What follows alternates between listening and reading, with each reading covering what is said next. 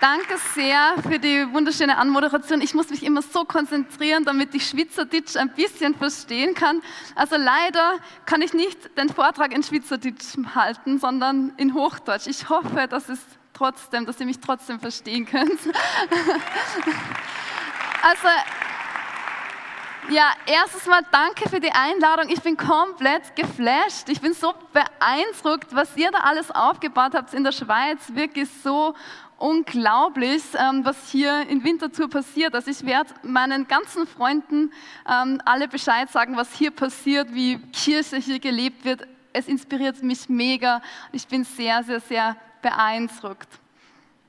Ich bin in einem katholischen Elternhaus groß geworden und am Sonntag mussten wir in die Kirche gehen. Und ich muss sagen, also bei uns am Land, wo ich groß geworden bin, da war Kirche extrem langweilig. Also leider nicht wie in der GVC, sondern es war sehr langweilig, sehr traditionell. Und ich habe eigentlich nicht verstanden, warum soll man eine Stunde in der Woche mit Gott Zeit verbringen. Und es war für mich auch die langweiligste Stunde der ganzen Woche. Und insofern war es sehr mühsam. Ich habe noch 3 Geschwister und meine Eltern haben gesagt, nein, am Sonntag muss man in die Kirche gehen. Und ich hatte das Konzept von Gott, dass Gott sehr langweilig ist. Und so bin ich so aufgewachsen und dann, als ich 14 war, bin ich so richtig in eine Krise gestürzt. Also ich habe mich gefragt, okay, was hat das Leben eigentlich für einen Sinn? Man muss sagen, ich war extrem schüchtern, ich hatte sehr viele Minderwertigkeitskomplexe und ich wusste eigentlich nicht wirklich, okay, wofür bin ich da auf dieser Welt? Zudem haben sich sehr viele Zweifel eingeschlichen. Ich habe nicht mehr gewusst, okay, Gott, existierst du wirklich, gibt es dich überhaupt? Und in diesem Zeitpunkt hat mich eine Freundin eingeladen, mitzukommen zu einem katholischen Jugendfestival nach Bosnien. Ja. Ich habe mir gedacht, okay, wer fährt bitte auf Urlaub nach Bosnien? Aber sie hat einen guten Joker, nämlich sie hat gesagt, wir fahren auch ans Meer nach Kroatien. Okay, ich wusste, wir fahren ans Meer und meine Freundin ist dabei. Passt, ich bin auch dabei, egal was dort passieren wird. Okay, das wusste ich natürlich nicht, weil kurze Zeit später habe ich mich gefunden unter 40.000 jungen Menschen aus 70 Nationen mit vielen Flaggen. Und das, was passiert, war eigentlich etwas, was ich als sehr langweilig eingestuft habe, nämlich ein Gottesdienst.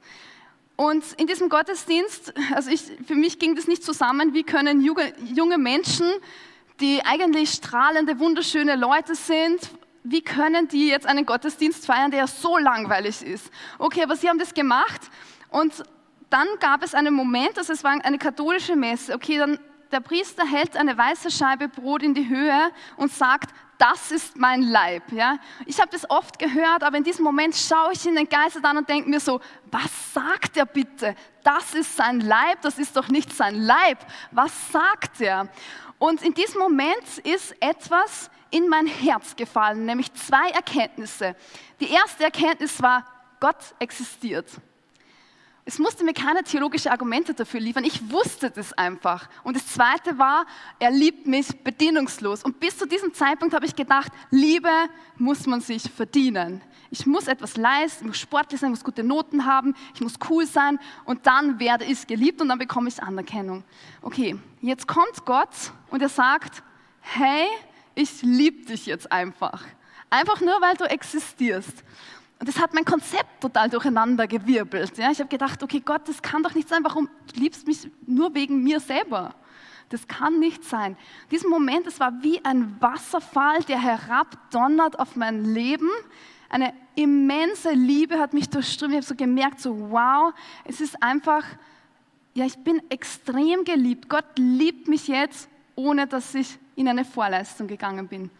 Und es war wie ein Duft von Abenteuer, der in meine Nase gestiegen ist und dann habe ich mir gedacht, Gott, wenn du so bist, dann gebe ich dir eine Chance. Weil vielleicht bist du doch spannender als ursprünglich vermutet. Ein Jahr später war ich wieder bei diesem Jugendfestival. Dann knie ich dort, es war Anbetung, knie ich dort irgendwo im Sand. Und wieder hatte ich eine spannende Erfahrung mit Gott. Ich habe in diesem einen Jahr schon angefangen, ein bisschen die Bibel zu lesen und Gott ein bisschen auszuloten, aber ich war immer noch sehr vorsichtig, weil ich hatte noch immer den Generalverdacht, womöglich ist Gott extrem langweilig. Ja, und ich will kein langweiliges Leben führen. Und dann knie ich dort, Anbetung, es spielt eine Geige, kann mich noch erinnern, wunderschöne Musik und diese Leute fangen alle an zu singen. Und plötzlich gibt es in meinem Herzen eine Frage. diese Frage war sehr verwegen und ich finde eigentlich übergriffig. Ja? Diese Frage war, willst du mir gehören? Und ich wusste, dass Jesus mir diese Frage stellt. Willst du mir gehören? Und ich war eigentlich empört. Ich habe gedacht, ich kann diese Frage nicht beantworten, weil Gott, vielleicht bist du extrem langweilig und ich weiß nicht, ich will nicht dein Commitment eingehen, ich kenne dich ja noch nicht. Ja? So, vielleicht kennst du mich, aber ich kenne dich nicht so. Okay, und dann habe ich einfach diese Frage zur Seite geschoben, weil die hat mich wirklich nervös gemacht und habe sie mal einige Jahre versteckt. Das, was ich dazu sagen muss, ich wusste, als Jesus mir diese Frage stellte, dass es eine schwerwiegende Implikation haben würde. Und ich kann es nicht erklären, warum ich das sofort wusste, aber ich wusste, wenn ich diese Frage mit Ja beantworte, dann werde ich nicht heiraten. Und jetzt kann man denken, so was? Das ist ja völliger Irrsinn. Man kann Jesus gehören. Jeder, der Christ ist und verheiratet ist, gehört doch Jesus. Und wir sagen, ja, absolut. Aber ich wusste, für mich gibt es diese Implikation, wenn ich Ja sage zu dieser Frage, dann werde ich Jesus gehören auf irgendeine exklusive Art und Weise, die impliziert, dass ich nicht heiraten würde. Also habe ich diese Frage versucht, irgendwie zur Seite zu drängen, war dann so in einer so halb ernsthafteren Beziehung und dann war es so, als ich 18 war, bin ich nach Salzburg gezogen, habe quasi einen Ort gewechselt, habe angefangen Theologie zu studieren, mich zu involvieren auch in eine Community, eine christlich-charismatische Community. Und ich muss sagen, dann je mehr ich Jesus angefangen habe kennenzulernen, je mehr Zeit ich mit ihm verbracht habe, ich habe gemerkt, er zieht mich an. Ich wollte irgendwie mehr Zeit mit Jesus verbringen, ich wollte mehr von ihm. Und gleichzeitig habe ich gemerkt, ich habe es dann langsam manchmal in seltenen Momenten so quasi diesen Vorhang gelüftet und diese Frage angeschaut. Und ich habe gemerkt, in mir, tief in mir drinnen entsteht etwas, das sagt, ich möchte so gerne Ja sagen. Ich möchte so gerne Jesus allein gehören. Es hat mich angezogen. Ja? Ich wusste nicht genau, wie das geht und so, aber und das habe ich immer wieder gemacht. So quasi, es war diese Frage in meinem Herzen, diesen innersten Raum und dann habe ich immer wieder mal den Vorhang geöffnet, die Frage angeschaut und dann wieder zugemacht. Und das habe ich immer wieder gemacht. Und irgendwann habe ich gemerkt, eigentlich ist ja das meine Sehnsucht. Ich möchte gerne Jesus alleine gehören. Ja? Das war dann nicht so einfach, weil es haben sich auch ein paar Männer interessiert und haben sich gedacht, okay, das wäre doch was. Und dann haben sie mich auch gefragt, könntest du nicht eine Beziehung vorstellen? Und dann habe ich mir gedacht, das sind attraktive Männer, vielleicht ja Christ und wirklich gut aussehend und irgendwie ist es sympathisch und attraktiv und so. Es passt eigentlich alles. Und dann, aber ich muss dann ganz ehrlich sagen, so ich wusste, ja, ich kann so quasi, während ich verliebt bin, ich war auch teilweise verliebt, dann kann ich mit diesem jungen Mann in eine Beziehung gehen, aber ich wusste, nach einer gewissen Zeit werde ich diese Beziehung wieder abbrechen. Warum? Um dem zu folgen, was eigentlich in meinem Herzen drinnen ist. Dieses Geheimnis, ich möchte Jesus exklusiv alleine gehören und ich möchte so gerne Ja sagen zu dieser Frage, die er mir gestellt hat. Und ich habe gemerkt, dass diese Sehnsucht immer größer geworden ist. Und dann denke ich mir, es ist doch ein Blödsinn, ich kann doch nicht mit jemandem in eine Beziehung gehen, nur damit ich im nächsten Moment dem sage, ich werde die Beziehung wieder abbrechen oder ich werde das ihm in 2 Jahren sagen, um einer wirklicheren, tieferen Sehnsucht zu folgen. Und so bin ich dann in keine Beziehung mehr gegangen. Aber ich bin schon durch tiefe Täler gegangen, weil ich musste das erst ausloten. Gut, dann eines Tages war das wieder mal der Fall und dann sagt ein junger Mann so, na gut, also wenn du das so weißt, so genau weißt, dass du Jesus alleine gehören willst und nicht heiraten willst, dann mach das doch öffentlich, dann muss nicht jeder extra quasi zu dir kommen.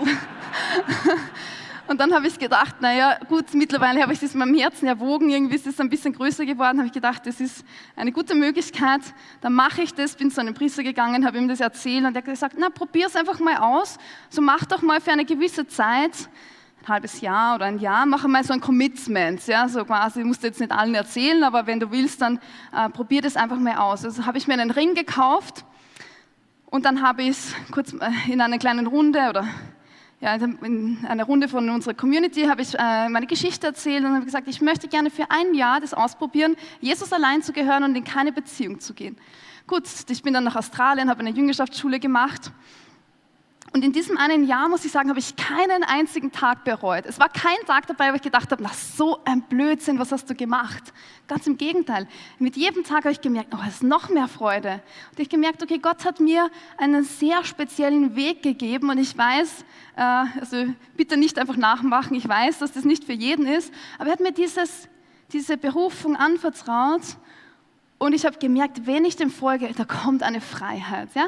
Und dann habe ich angefangen, dieses Versprechen zu erneuern. Insgesamt 10 Jahre. Und nach dem ersten Jahr wurde ich eingeladen auf eine Bühne, das war so ein Jugend-Event, 300 Jugendliche, wurde ich eingeladen auf so ein Couchgespräch und gefragt, so, ja, wie ging es dir denn in diesem Jahr? Jetzt erzähl von deiner Erfahrung. Ja? Das habe ich dann gemacht. Und danach kommt eine Dame zu mir und sagt mir so, hey, hast du schon mal was gehört vom Stand der geweihten Jungfrauen? Also ich weiß, es klingt jetzt nicht sehr sexy, aber dann habe ich gesagt, nein. Und dann hat sie mir gesagt, ja, das ist ein Stand, das ist ein sehr alter Stand in der Kirche, gibt es seit dem 3. Jahrhundert. Ja? Und schau dir das mal an, hier sind ein paar Dokumente. Und dann habe ich mir diese Dokumente angeschaut aus dem Vatikan und mich eingelesen. Und ich habe gemerkt, wow, ich habe mich entdeckt gefühlt, das bin ich. Ja? Und so bin ich dann hineingewachsen in das und habe dann vor 2 Jahren ein ewiges Versprechen gemacht, lebenslang, dass ich Jesus alleine gehören will. Dass ich nicht heiraten werde, sondern dass Jesus mein Bräutigam ist und dass ich die Menschen an ihre Zukunft erinnere. Und was ist die Zukunft? Dass wir alle eingeladen sind auf ein Hochzeitsmahl. Und darüber möchte ich heute sprechen.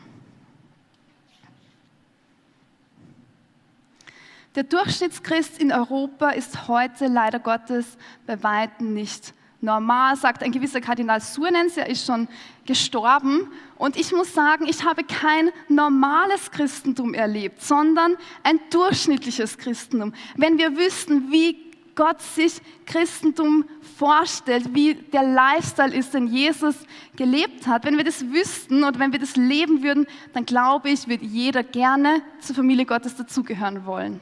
Und ich finde es wunderschön, dass es hier auch anfängt, dass ihr ein Beispiel gebt für die Kirche. Wie ist der Lifestyle Jesu und wie funktioniert eigentlich das normale Christentum? Ja? Wir sehen ein Durchschnittschristentum und das ist sehr langweilig und es ist sehr kraftlos geworden. Ja? Wir sehen, dass wir aufgehört haben, für Heilung zu beten, dass Zeichen und Wunder passieren. Wir haben aufgehört damit. Und ich glaube, es braucht etwas, nämlich eine Kirche im neuen Modus. Also wir brauchen ein neues Modell von Kirche. Und die Frage ist, okay, wie können wir denn Antwort geben auf all die Fragen, die Menschen haben? Weil wir befinden uns sehr in einer Krise, ja, oder in vielen Krisen und in vielen Unsicherheiten. So viele Menschen haben Fragen, hey, wie funktioniert das Leben? Wie kann meine Ehe funktionieren? Wie können Freundschaften funktionieren? Wie kann ich glücklich werden? So viele Fragen. Und ich glaube, dass wir als Kirche so viele Antworten hätten. Nur das Problem ist, wir geben sie nicht weiter. Ja? Und manchmal empfangen wir sie gar nicht. Wir haben gar keine, wir nehmen uns nicht die Zeit oder was auch immer, um sie wirklich zu empfangen. Und darüber möchte ich heute sprechen. Okay, was ist eigentlich das, was dahinter steckt? Wir sind für Intimität erschaffen. Unser tiefstes Herz ruft nach Intimität. Und wenn ich so diese Geschichte erzähle, die ich euch erzählt habe, dann sagen viele Leute, oh mein Gott, wie kannst du bitte überleben? Wie kannst du ohne Sex überleben? Ja? Und Leute sind wirklich schockiert. So, wie kannst du ohne Sex überleben? Und das, was ich dann sage, ist, man kann sehr gut ohne Sex leben, aber man kann nicht ohne Intimität leben. Ja, und die Frage ist, wie lebt man Intimität? Und in unserer Welt haben wir den Begriff Intimität reduziert auf die sexuelle Intimität. Und man kann sehr viel sexuelle Intimität leben, aber sehr unglücklich bleiben. Jede Prostituierte erlebt sehr viel sexuelle Intimität, aber es gibt immense Selbstmordraten unter Prostituierten. Weil sonst müsste man sagen, Prostituierte sind die glücklichsten Menschen auf der Welt, sind sie aber faktisch nicht. Aber das, was wir merken, ist, dass wir in unserem tiefsten Innersten für Intimität gemacht sind. Das ist etwas, was uns sehr erfüllt. Allerdings müssen wir auch sagen, müssen wir Intimität gesund leben, damit es uns glücklich macht. Und die Frage ist, wo ist deine Quelle von Intimität? Weil wir haben unterschiedliche Quellen, unterschiedliche Ressourcen quasi, oder Orte, wo wir uns versuchen, unsere Sehnsucht nach Intimität zu stillen.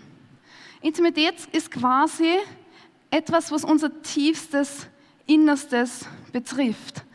Also es heißt wörtlich, dem Rand am entferntesten oder also am weitesten innen. Ja?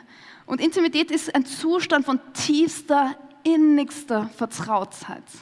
Es heißt, dass du jemandem dein innerstes Wesen offenbarst.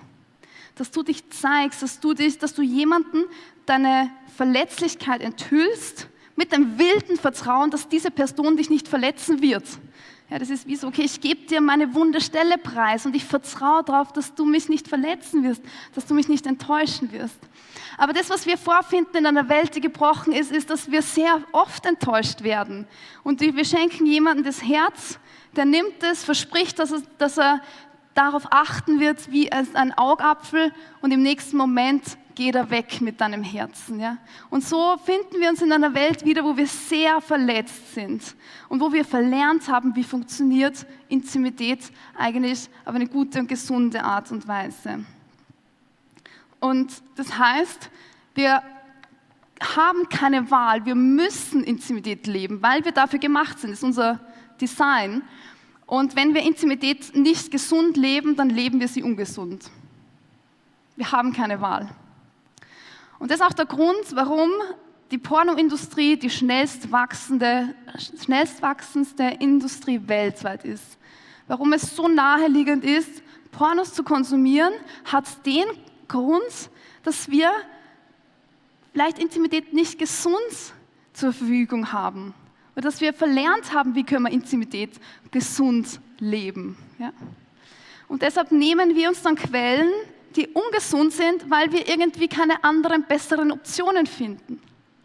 Und ich möchte euch heute ein paar bessere Optionen zeigen, weil Pornografie stillt nicht unser tiefstes, innerstes Verlangen. Es kann diesen Ort nicht füllen, der in uns schreit nach Intimität.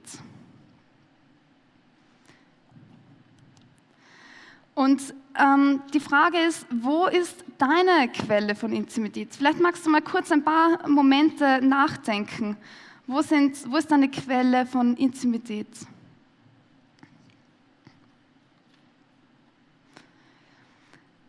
Und die nächste Frage ist, wie können wir denn gut umgehen mit dieser Sehnsucht? Also wir haben so ein unbändiges Verlangen in uns, es wirklich schreit. Es schreit in das Universum hinaus und es weist über uns hinaus, all diese ganzen Sehnsüchte in uns drinnen. Und im Grunde würde ich sagen, haben wir nur zwei Möglichkeiten, wie wir sie füllen können. Das eine ist mit Fast Food. Ja, und Fast Food heißt, dass wir wissen, da ist jetzt eine Sehnsucht. Okay, ich will mich geliebt fühlen. Ich brauche Liebe, ich brauche Anerkennung. Ja, und dann nehmen wir ein schnelles Essen, das uns eigentlich nicht gut tut. Ja, wir nehmen Fast Food und das sind zum Beispiel Pornos. Oder wir gehen in eine Abhängigkeitsbeziehung. Ja, da vertrödeln wir sinnlos unsere Zeit und versuchen oder stopfen uns voll, auch mit ungesundem Essen. Also Essen hängt ja auch mit Sexualität und mit dieser Stillen des Verlangens zusammen. Also das ist die eine Form. Unter Christen gibt es dann noch die Hungerdiät. Manche machen die Hungerdiät und sagen, nein, das darf auf keinen Fall sein, dieses Verlangen darf nicht sein, ich muss es abschneiden, ich muss mich abcutten von allem. Und das ist eine andere Form von ungesunden Umgang. Ja? Und ich glaube, der gesündeste Umgang ist zu schauen, hey, ich habe da diesen Hunger, ich habe da diese Sehnsucht, aber wie kann ich das denn jetzt gesund integriert leben? Ja? Und das ist auch die Frage, die ich mit meinem Leben beantworten will. Okay, ich weiß, ich werde mein Leben lang keinen Sex haben. Das ist nicht so schlimm, weil ich habe viele andere Formen gefunden, wie ich Intimität leben kann. Und ich würde jetzt auch nicht sagen, dass ich die unglücklichste Person auf der Welt bin. Ja? Ganz im Gegenteil, ich fühle mich sehr erfüllt. Also die dritte Form meint, dass wir auf das Hochzeitsmahl warten und dass wir in dieser Zeit, während wir uns vorbereiten, dass wir lernen, unsere Sehnsucht, unseren Durst, unser ganzes Verlangen darauf zu richten, was es eigentlich erfüllen kann. Und das ist der Erfinder von Intimität und Liebe. Und das ist mein Vorschlag heute, dass wir lernen, integrierte Christen zu sein. Dass wir lernen, unsere Sexualität, unser Mannsein, unsere Frausein, unseren Hunger, unser Schreien nach Liebe, dass wir das integriert leben. Weil ich glaube, dass es eine Kirche hervorbringt, die absolut attraktiv ist. Die Welt hat verlernt, wie man Beziehung lebt. Die Welt hat auch keine Antwort, wie man Freundschaft lebt. Ich habe so viele junge Leute getroffen, wo ich mir denke, attraktive junge Leute, die sind irgendwie aktiv, die gehen in den Sportverein, spielen ein Instrument und so weiter. Und denke ich so, wow, das sind tolle junge Leute. Und dann einer nach dem anderen sagt mir, wenn ich ganz ehrlich bin, ich habe eigentlich keinen besten Freund. Ich habe keine Freunde. Und ich bin schockiert, denke mir so, okay, wenn du schon keine Freunde hast, oh mein Gott, so wie steht es um den Rest der Gesellschaft? So. Und ich denke mir so, wow, als Kirche, hey, das ist doch unsere Kernkompetenz, über Intimität zu sprechen, Leuten zu sagen, wie funktioniert Ehe, wie funktioniert Freundschaft.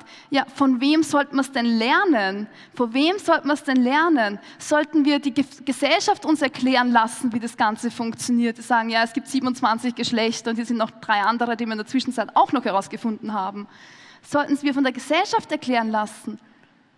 Ich glaube, als Kirche haben wir die Kernkompetenz verloren, dass wir der Welt sagen, Leute, wir haben es hier mit dem Erfinder von dem Ganzen zu tun. Hier ist ein Gott, der hat sich Sex ausgedacht, aber er hat auch einen Rahmen dazu geschaffen. Ja, und wenn du im Alten Testament schaust, es gibt so viele Bilder, wo Gott darüber spricht, dass er wie ein Bräutigam ist. Wie ein Bräutigam sich freut über seine Braut, so freut sich dein Gott über dich, in Jesaja zum Beispiel. Ja? Oder in Offenbarung 19,9 heißt es, jemand sagt zu mir, schreib auf, selig, wer zum Hochzeitsmahl des Lammes eingeladen ist. Und dann sagt er, das sind zuverlässige Worte Gottes. Also in uns ist eine unbändige Sehnsucht. Und C.S. Lewis hat dieses sehr bekannte Zitat geprägt. Da heißt es, wenn wir einen Wunsch haben, den nichts auf dieser Welt befriedigen kann, ist es die wahrscheinlichste Erklärung, dass wir für eine andere Welt erschaffen sind. Ja? Und mit meinem Leben möchte ich erinnern, Leute, es ist nicht alles. Ja? Ich will sagen, okay, das Leben hier ist fantastisch. Ja? Es ist wirklich ein wunderschönes Leben. Wir können so viel erleben, wir können die Welt wirklich genießen und Jesus verspricht uns das Leben in Fülle. Aber das ist alles erst ein kleiner Appetizer. Ja, das Leben hier ist ein kleiner Appetizer. Die besten Dinge sind ein kleiner Appetizer auf das, was im Himmel kommt. Und wenn jemand sagt, okay, Sex ist etwas sehr Erfüllendes, und ich glaube das, dass Sex sehr erfüllend sein kann, wenn es in einer sehr großen Hingabe passiert und in einer großen Selbstlosigkeit, dann glaube ich, dass Sex vielleicht der größte Ausdruck dessen sein kann, was eigentlich im Herzen Gottes passiert. Und ich glaube auch, dass der direkteste Verweis auf den Traum, den Gott für dein Leben hat. Nämlich, dass du vollkommen eins wirst mit ihm. Und ich glaube, das haben wir vergessen, dass wir das der Welt erklären müssen. Dass Sex nicht einfach ist, hey, ich nehme mir jetzt mal Liebe, ich hole mir jetzt mal einen schnellen Kick. Ja, das ist sehr unzufriedenstellend und nicht sehr erfüllend. Also die beste Erklärung, dass uns nichts auf dieser Welt erfüllen kann, ist, dass wir für eine andere Welt erschaffen sind. Das ununterdrückbare Verlangen des Menschen hat seinen Ursprung und sein Ziel in Gott. Das heißt, Gott hat tief in deinem Inneren einen Ort geschaffen, der nur für ihn allein bestimmt ist. Und es gibt verschiedene Stufen von Intimität. Also du kannst dir vorstellen, dass der tiefste, innerste Kern, das ist ein Ort, der ist nur Gott allein zugänglich ist. Und wenn du dann jetzt nicht mit Gott fühlst, sondern versuchst irgendwie alles andere da reinzustopfen, ja, Alkohol und Drogen und Pornos und Abhängigkeitsbeziehungen und so weiter, es wird diesen Ort nicht erfüllen. Die kommen nicht einmal an diesen tiefsten, innersten Kern. Es gibt nur eine Person, nämlich den Erfinder von Intimität und Liebe, der diesen Ort fühlen kann. Sonst absolut niemand. okay, und wenn wir jetzt Christen sind und wir füllen diesen Ort nicht, wir verbringen keine Zeit mit dem Autor und Urheber von Liebe, dann ist es ein Problem, weil wir werden immer unzufrieden bleiben. Und wir werden uns vom Kern des Christentums und der christlichen Botschaft entfernen und dann alle anderen irrelevanten Themen diskutieren oder vielleicht Themen, die an der 137. Stelle eine Relevanz finden und werden sagen, okay, das ist die Kirche. Und ich glaube, und das ist mein Vorschlag an uns als Kirche, dass wir uns wieder hinbewegen zum Kern, zum Erfinder von Liebe und Intimität und dass wir der Intimität eine neue Definition geben. Und dazu möchte ich mit meinem Leben beitragen. Und ich weiß, dass Gott mir diesen Ruf geschenkt hat. Das war nicht meine Idee. Ja, ich finde das auch eine kuriose Idee und ich muss auch jeden Tag erst hineinwachsen. Okay, Gott, was bedeutet es heute? Wie kann ich gut diese Berufung zur Entfaltung bringen? Deine Braut zu sein? Niemand kann Braut Christi sein. Wer kann Braut Christi sein, ist absolut skandalös. Deswegen habe ich auch dieses Buch geschrieben. Ja, es ist skandalös. Aber was ist skandalös? Das Kreuz ist skandalös. Paulus schreibt, das Kreuz ist den Juden ein Skandal. Ja, das Kreuz ist ein Skandal. Und die Art und Weise, wie Gott uns liebt, ist absolut skandalös. Die Ehe repräsentiert den Bund Gottes mit dem Volk. Wer ist hier verheiratet? Mal kurzes Handzeichen. Okay, wow, wir haben echt viele Eheleute. Ich möchte euch erinnern, der Mann repräsentiert Gott und die Frau repräsentiert die Kirche, seine Braut, sein Volk. Das heißt, eure Berufung ist eine repräsentative Berufung. Ihr erinnert die Kirche, dass Gott so sehr eins werden will, wie ein Mann mit seiner Frau in der Ehe. Das ist eine unglaubliche Berufung, ja. Und ich weiß, meine Berufung ist, okay, die Kirche zu erinnern, Kirche, du bist Braut. Und wir werden mit Gott eins werden, wie ein Braut und Bräutigam eins werden. Das hebräische Wort für sexuelle Intimität, für Sex, heißt Yada. Und Yada wird übersetzt im Deutschen mit sich erkennen. Adam erkannte Eva. Und Yada meint so quasi tiefste Intimität zu haben, so sehr eins zu werden, den anderen in seinem ganzen Wesen zu erkennen. Mit Körper, aber nicht nur mit Körper, sondern auch mit Seele, mit seinem Geist. Also vollkommenes Einswerden. Ich war sehr schockiert, dass ich eines Tages meine Bibel aufgeschlagen habe, Psalm 139. Und da heißt es, ich glaube in der einen Übersetzung ist es irgendwie so, Herr, du hast mich erforscht und erkannt. Und manchmal mache ich das, also ich denke, okay, jetzt schaue ich mal kurz mal in den Urtext rein und lese dann das auf Hebräisch. Und dann sehe ich, Herr, du hast mich erforscht und, ich war komplett schockiert, und ja da, erkannt. Das ist quasi tiefste, innerstes Einswerden, tiefste, innerste Intimität, sich gegenseitig erkennen. Das heißt, Gott, er will so sehr mit uns eins werden, und es ist ein Bild, ja, wie Mann und Frau, wenn sie vollkommen eins werden, in heiliger Art und Weise, wie das darauf hin verweist. Also vollkommenes Hingeben. Ja. Und ich glaube, natürlich kann man das auch lernen. Okay, was bedeutet es, sich jemandem hingeben, und zwar einer Selbstlosigkeit? Ich glaube, das Maß an Selbstlosigkeit entscheidet auch über das Maß an Intimität. Man kann Sex haben und es kann sehr, sehr, sehr hart sein, weil ich nehme mir Liebe oder versuche mir Liebe zu nehmen. Ja? Und deshalb ist Sex nicht gleich Sex. Gebet ist auch nicht gleich Gebet. Es geht um deine innere Haltung, um dein Herz, was passiert in deinem tiefsten Innersten. Und es gibt eben diese Stufen von Intimität. Im Innersten ist der Kern, und man kann sagen, das ist dein innerer Garten. Und in diesem Garten kannst du Jesus treffen, kannst du mit Jesus spazieren gehen. Du kannst einfach Zeit mit ihm verbringen und kannst tiefe, emotionale, spirituelle Intimität erleben. Und dann gibt es weitere Stufen.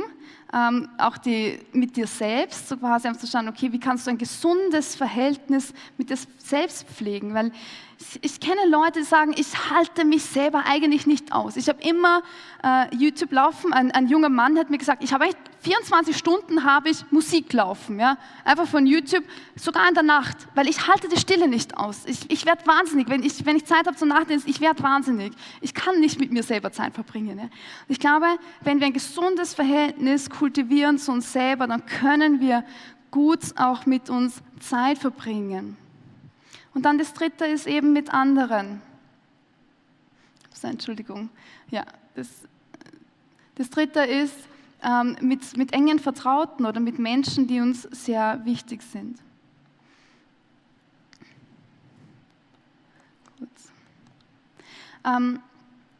Bei Intimität ist auch die Frage, wer sitzt auf dem Thron deines Herzens. Also stell dir vor, okay, du bist ein Haus und dann in deinem Haus gibt es diesen einen Ort, es ist ein Thron und die Frage ist, wer sitzt auf deinem Thron?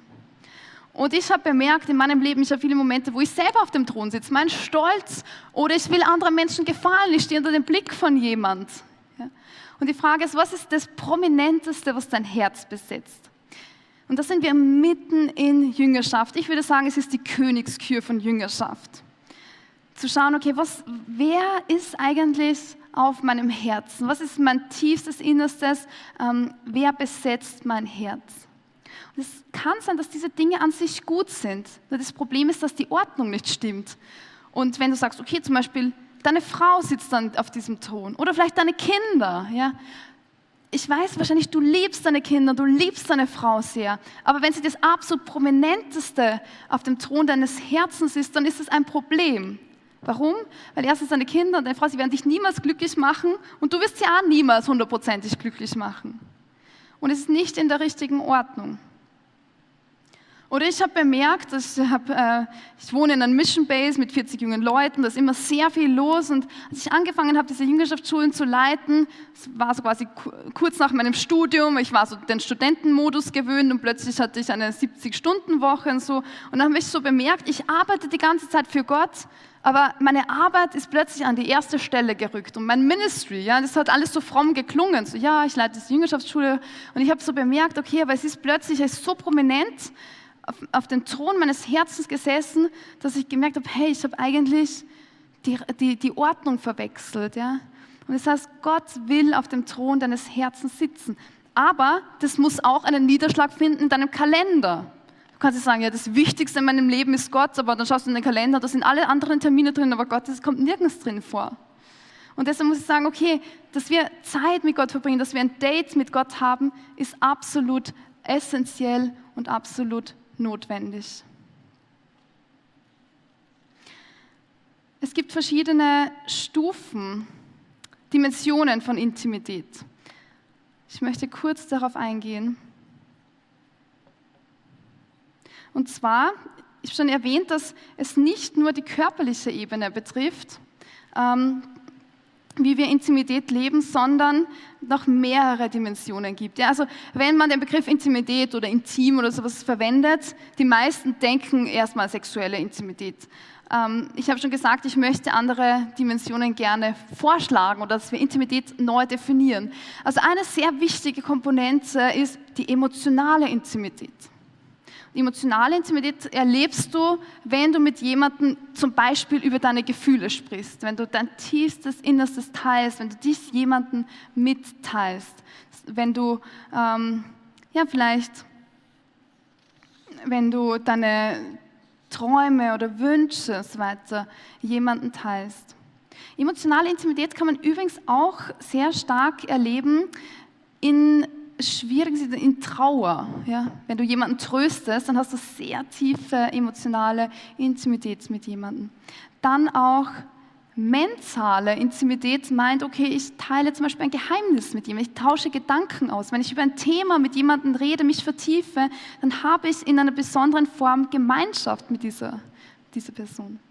Und dann gibt es noch die spirituelle Intimität. Und die spirituelle Intimität meint, dass du mit jemandem oder auch mit Gott sehr tief eins wirst. Ich muss sagen, die körperliche Intimität, das muss nicht sexuell sein. Wenn ich jemanden umarme, habe ich auch körperliche Intimität. Das muss jetzt noch nicht mit sexueller Assoziation sein. Die körperliche Intimität und die sexuelle Intimität hat eine Grenze, nämlich unser Körper, die Haut, irgendwo hört es auf.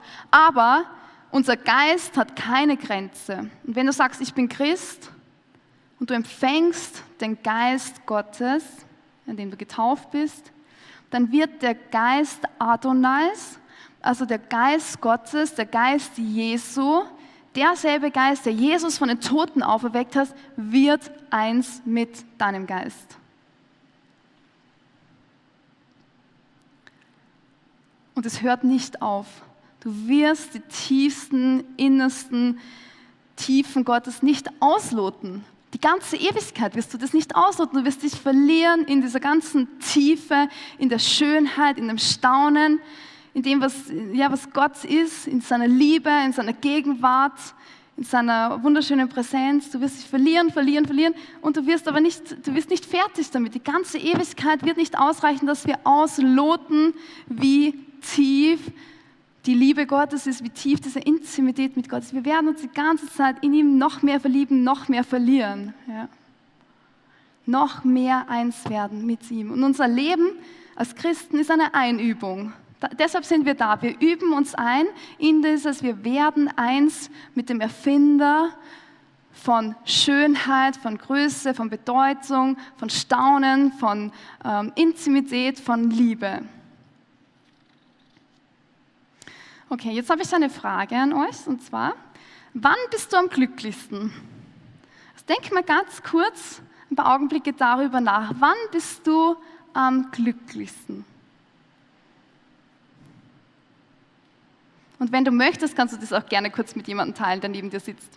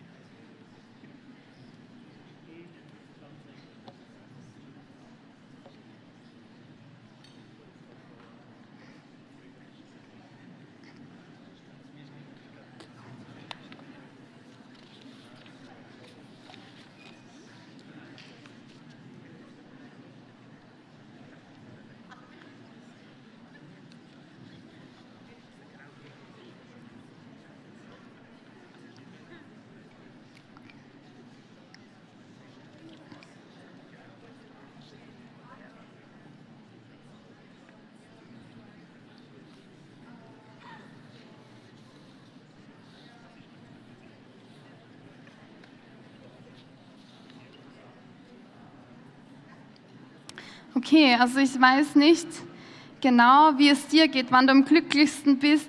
Einmal habe ich die Studenten von unserer Jüngerschaftsschule gefragt, ich habe gefragt, so, wann bist du am glücklichsten, dieselbe Frage gestellt. Hat einer gesagt, ja, am glücklichsten bin ich, wenn ich zu den Obdachlosen gehe in die Suppenküche und mit denen esse und dann komme ich zurück und dann bin ich extrem glücklich. Und ich habe gedacht, wow, oh mein Gott, weil ich weiß, wir haben ein Ministry, okay, dann essen wir oder haben unsere Studenten auch früher sehr viel mit den Obdachlosen gegessen. Also wir haben nicht nur das Essen ausgeteilt, sondern wirklich mit ihnen gegessen. Und es ist wirklich eine Überwindung, weil da gibt es alle möglichen Gerüche, die jetzt nicht so angenehm sind, und sind ungeduscht und alles Mögliche. Also es ist jetzt keine wunderschöne Atmosphäre. Und das hat mich echt erstaunt. Ich habe gedacht, wow, und dann bist du am glücklichsten.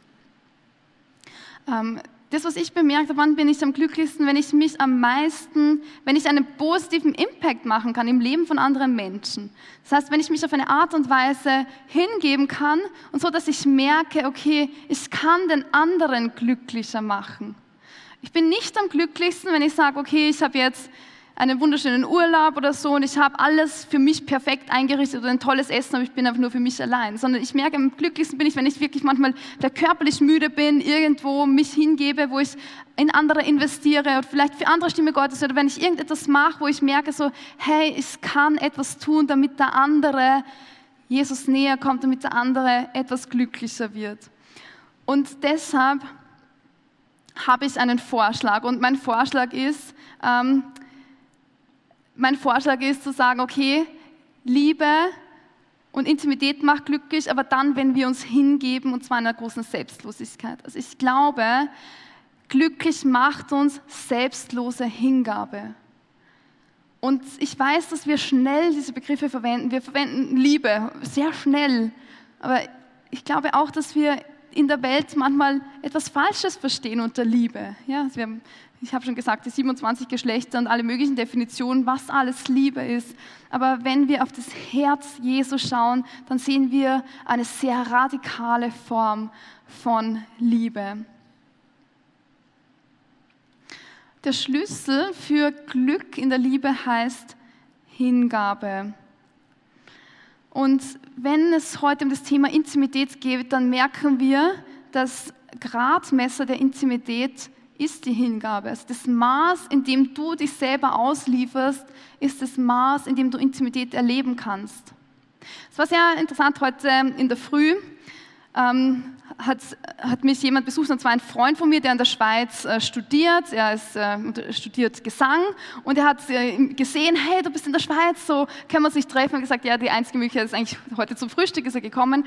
Und er hat gesagt, ja, ich bin gerade verlobt und ich bereite mich auf die Hochzeit vor. Und er hat gesagt, ich habe eine Frage an dich, und zwar, darf ich von meiner Verlobten Geheimnisse haben, oder nicht so sehr Geheimnisse, sondern Dinge, die halt irgendwie meine Schwächen sind, meine vielleicht Fehler und so weiter. Oder soll ich sehr transparent sein? Soll ich meiner Verlobten alles sagen, vorbehaltslos, auch die Dinge, die schwierig sind für mich, oder soll ich das einfach nur mit Gott allein ausmachen? Ja? Und dann hatten wir so dieses spannende Gespräch, so, okay, das Maß der Intimität wird bestimmt von dem Maß, wie sehr ich mich zeige. Und es muss natürlich eine freiwillige Sache sein, dass ich mich zeige.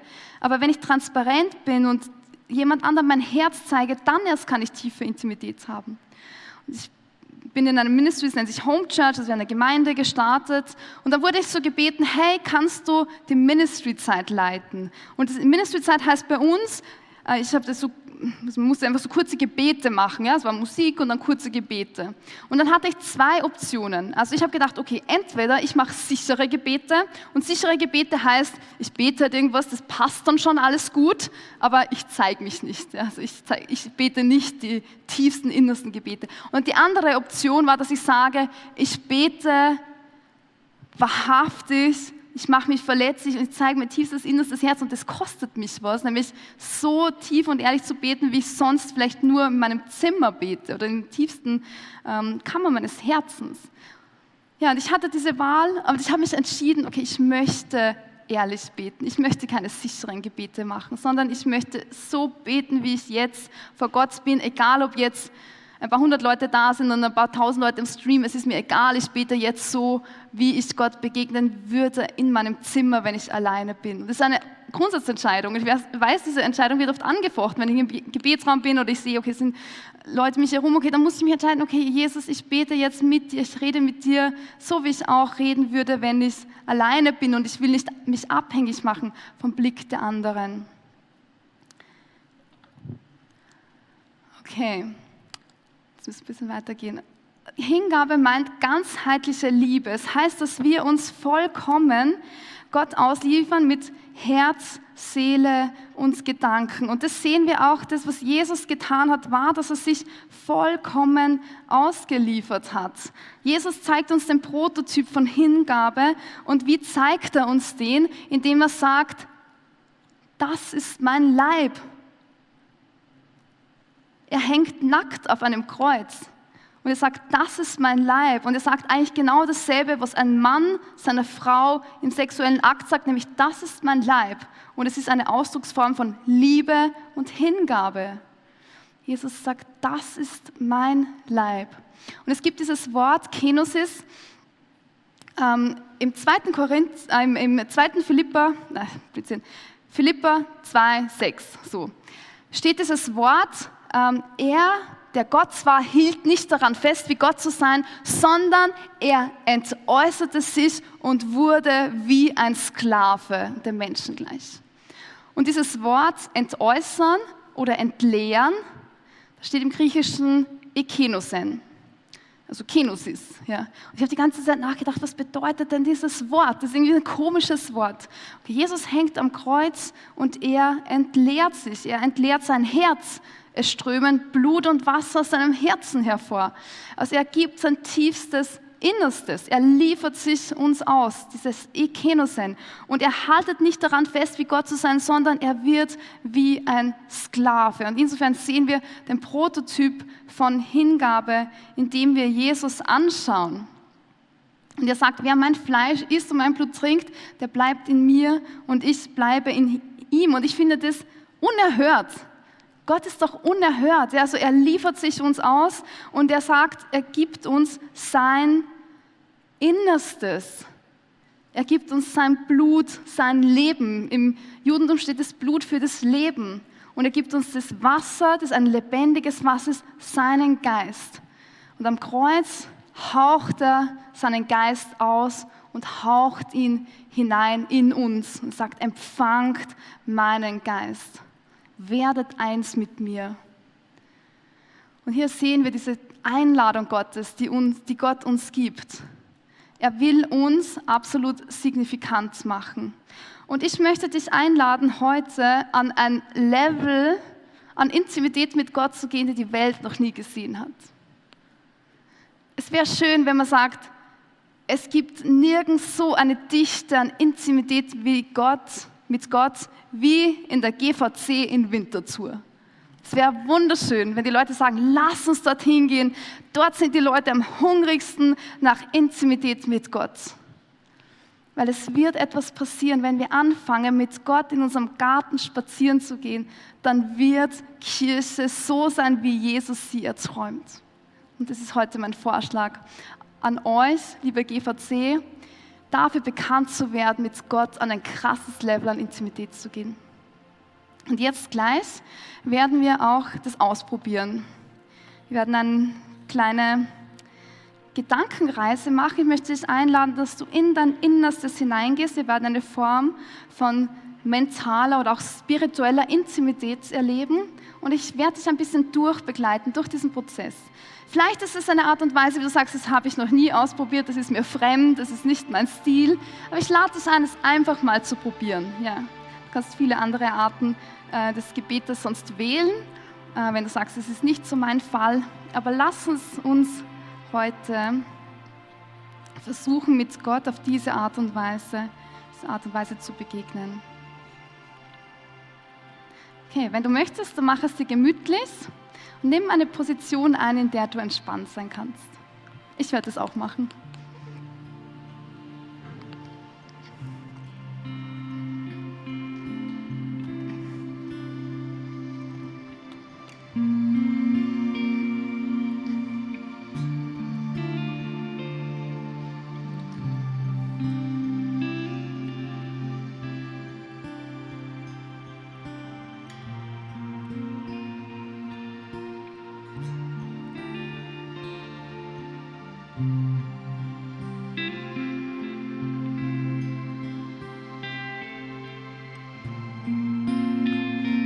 Okay, wenn du eine gute Haltung gefunden hast, du kannst gerne, wenn du möchtest, deine Augen schließen. Es macht es vielleicht ein bisschen einfacher. Gott hat dir deine Fantasie geschenkt. Er hat dir Kreativität und Inspiration geschenkt. Und wir können die Kraft der Fantasie nützen, um Gott zu begegnen. Das werden wir gleich tun.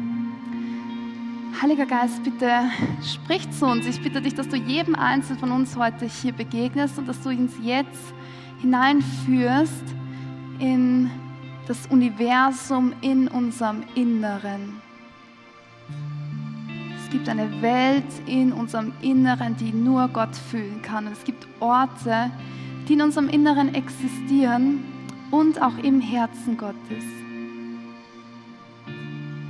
Stell dir vor, du liegst in deinem Zimmer, du schläfst und plötzlich wachst du auf und du siehst, auf deinem Nachtkästchen siehst du einen Brief. Du öffnest ihn erstaunt und liest folgende Zeilen. Meine geliebte Tochter, mein geliebter Sohn. Komm mit auf ein Abenteuer. Darunter liest du den Namen Jesus.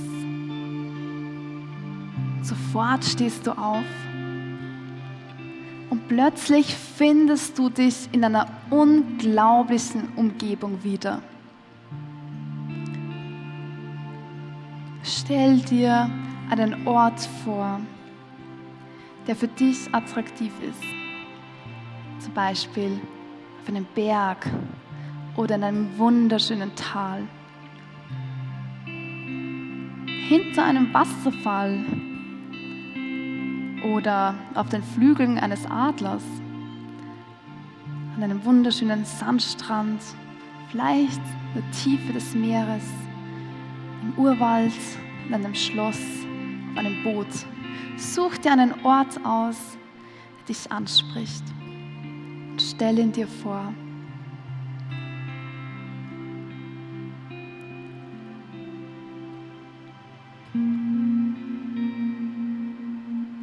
Was siehst du?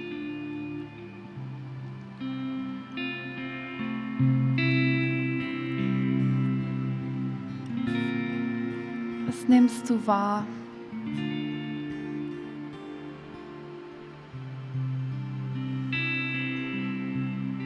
Dann welcher Duft steigt in deine Nase?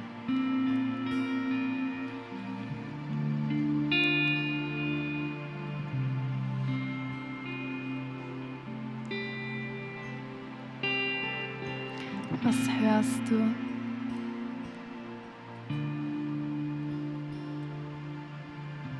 Vielleicht das Rauschen der Blätter oder Vögel oder Wasser.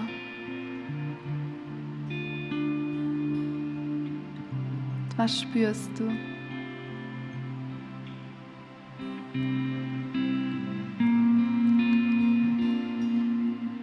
Stell dir vor, plötzlich taucht Jesus neben dir auf. Dann wie begrüßt er dich?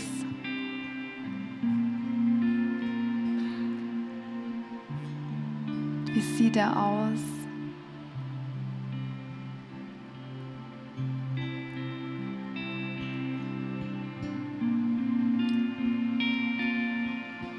Schau in sein Gesicht und besonders in seine Augen.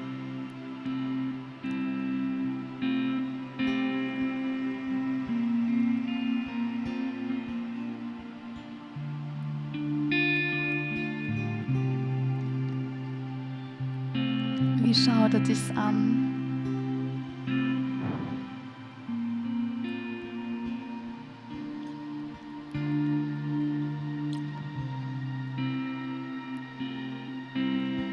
Wie sieht er aus? Was trägt er?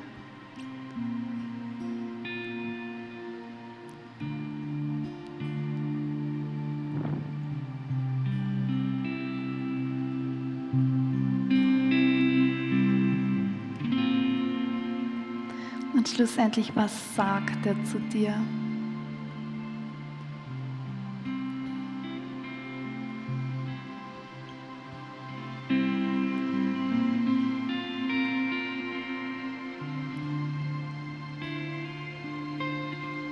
Dann stell dir vor, er sagt, ich möchte dir etwas zeigen. Und du bist voller Erwartung. Er sagt, ich habe ein Geschenk für dich. Komm.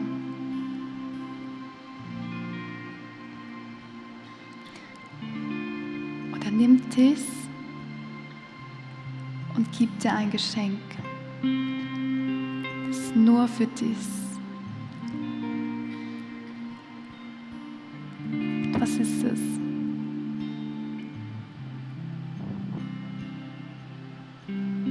Was ist das Geschenk, das Jesus dir macht? Was zeigt er dir? Was tut er?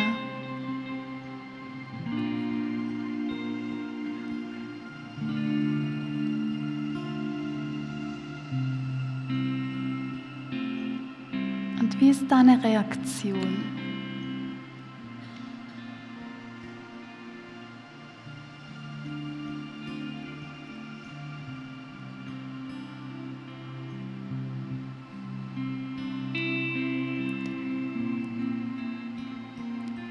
Du schaust ihn an und du merkst, wie sein Blick auf dir ruht. Ein Blick, der mitten in dein Herz fällt. Niemand hat dich je auf so wunderschöne Weise angeschaut.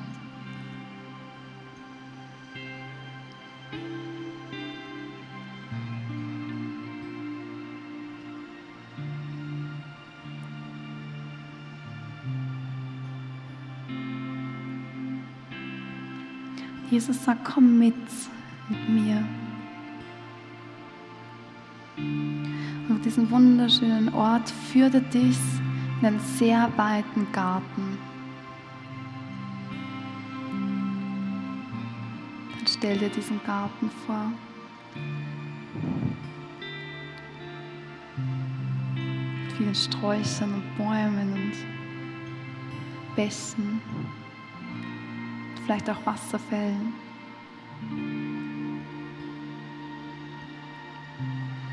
Mit Vögeln und Blumen und Düften.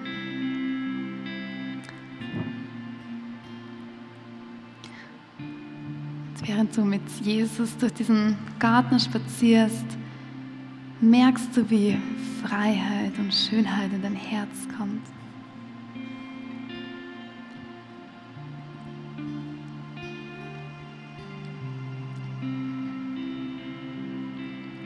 Plötzlich kommst du mit Jesus zu einem Gartentor.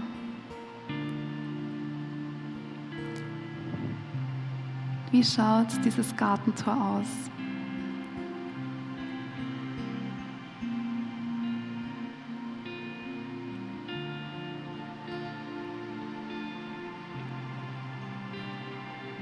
Und während du vor diesem Garten stehst, sagt Jesus, es ist Zeit für dich zu gehen, aber keine Angst. Ich bin mit dir und ich warte hier auf dich. Wir werden uns bald wiedersehen.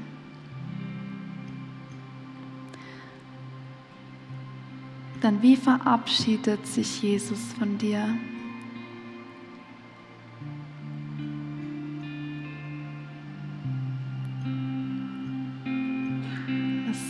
Zu dir.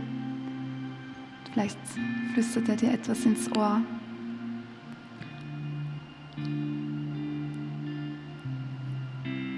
Vielleicht erinnert er dich an das Geschenk, das er dir gemacht hat.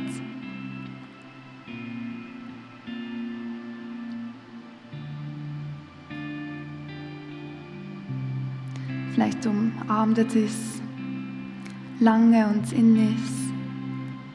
Und du spürst, wie Freiheit in dein Herz kommt. Dann langsam öffnest du das Gartentor, schreitest hindurch und findest dich plötzlich in deinem Bett wieder. Und du weißt, ich habe mit Jesus ein Abenteuer erlebt. Und Jesus hat gesagt, du kannst jederzeit zurückkommen in deinen und meinen Garten.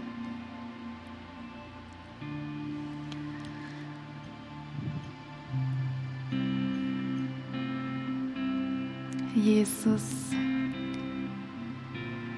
danke, dass du unser Herz gemacht hast und das ist gemacht, damit du uns beschenken kannst mit Liebe und Intimität. Ich danke dir, dass du mit uns bist heute an diesem Nachmittag hier in der GV10 Winterthur. Danke, Jesus, dass du ein Gott bist, der lebendig ist, der sich Leben und Liebe und Freude ausgedacht hat. Jesus, wir sind gekommen, um dich anzubeten, wahrhaftig, um dir unser Herz zu schenken. Es gibt nur einen Ort, der legitim ist. Das ist der Thron unseres Herzens. Jesus, mach uns hungrig nach mehr von dir und lass uns die Kirche sein, die du dir erträumst. Jesus, wir beten dich an und wir lieben dich sehr.